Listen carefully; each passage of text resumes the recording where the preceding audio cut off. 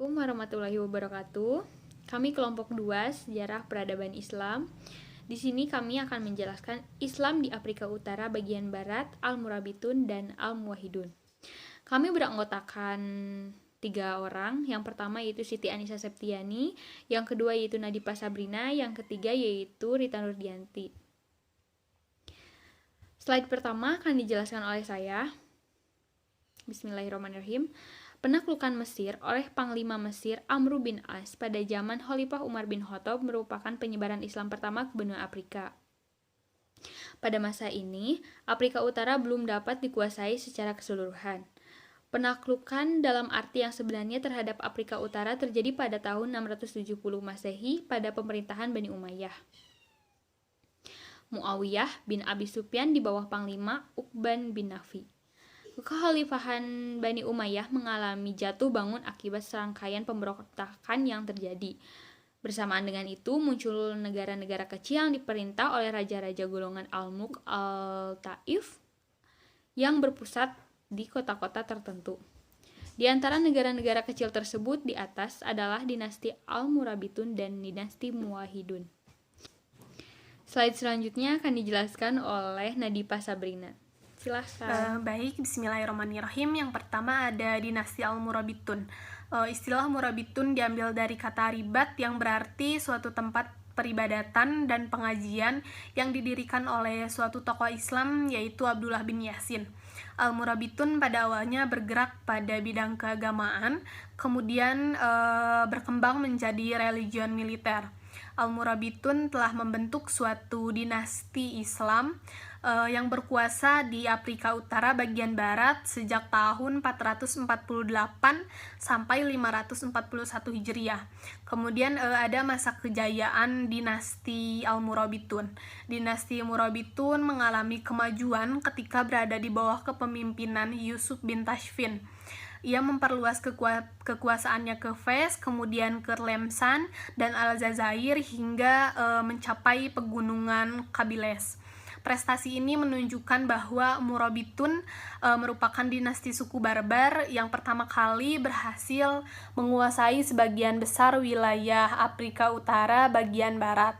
Kemudian tidak hanya itu, dinasti Al-Murabitun juga mengalami masa kemunduran.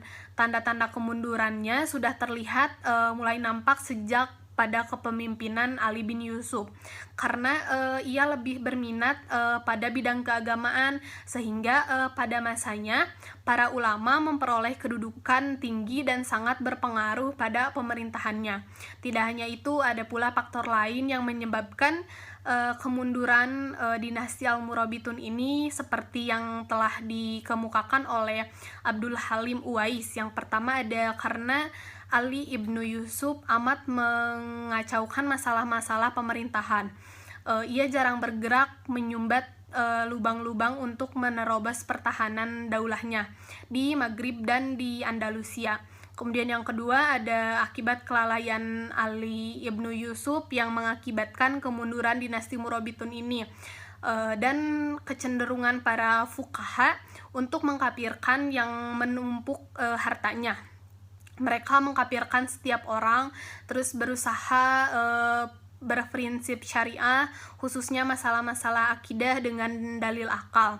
Bahkan telah mengkafirkan tokoh terkemuka dalam Islam yaitu Al-Ghazali dan memfatwakannya membakar karya-karyanya. Kemudian para penguasa dan fuqaha telah memadamkan kewajiban beramal ma'ruf nahi munkar.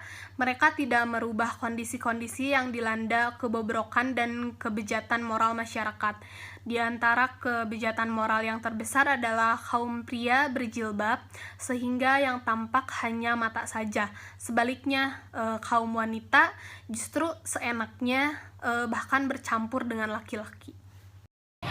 Baik, selanjutnya saya akan menjelaskan mengenai dinasti Al-Muwahhidun. Dinasti Al-Muwahhidun adalah dinasti yang didirikan oleh Abu Abdullah Muhammad bin Tumar pada tahun 1080 sampai 1130 di Maghrib, Afrika Utara, yang pada awalnya adalah gerakan keagamaan. Namun, Pada perkembangan selanjutnya, gerakan ini berubah menjadi gerakan politik dengan tujuan untuk menumbangkan kerajaan Murabitun. Abu Abdullah Muhammad bin Tumar menuduh bahwa Raja Murabitun telah menyimpang dari ajaran Islam dan jauh dari sunnah Rasul. Ia mengajarkan kepada sukunya dan suku Maroko tentang doktrin tauhid dan konsep spiritual tentang Tuhan, yang dimana ini adalah salah satu bentuk protes paham antropomorfisme di kalangan umat Islam yang dijadikan para penganutnya disebut muwahhidun. Masa kejayaan Dinasti Al-Muwahhidun. Dinasti Al-Muwahhidun mencapai masa kejayaannya pada pemerintahan Abdul Mukmin, yang dimana kekuasaannya dari Andalusia sampai dengan Harkah. Tetapi puncak kejayaannya pada saat berada di bawah pimpinan Abu Yaqub Al-Mansur, yang meninggalkan kekuasaan yang luas, bangunan di Sevilla, Rabat, Maroko, dan mempunyai armada yang kuat dan tangguh. Kemajuan ini penting karena banyak ilmu pengetahuan yang terbukti dari lahirnya beberapa filosofis terkenal, seperti Ibn Tufain, Ibnu Majah, dan Ibnu Rashid. Lalu selanjutnya ada masa kemunduran Dinasti Al-Muwahhidun. Dinasti Al-Muwahhidun adalah dinasti yang tangguh dan memperoleh banyak ilmu pengetahuan. Akan tetapi, di balik itu semua, ada golongan yang tidak menyukai kemajuan dinasti ini, terutama santri yang telah mendapatkan kekayaan berlimpah ruah. Pada saat Al-Mansur wafat, dinasti ini melemah karena menghadapi tantangan yang berat. Tidak sampai di situ, ketika Al-Hashir naik tahta, banyak sekali tantangan yang merongrong kekuasaannya, terutama dari pihak Murabitun dan Kristen.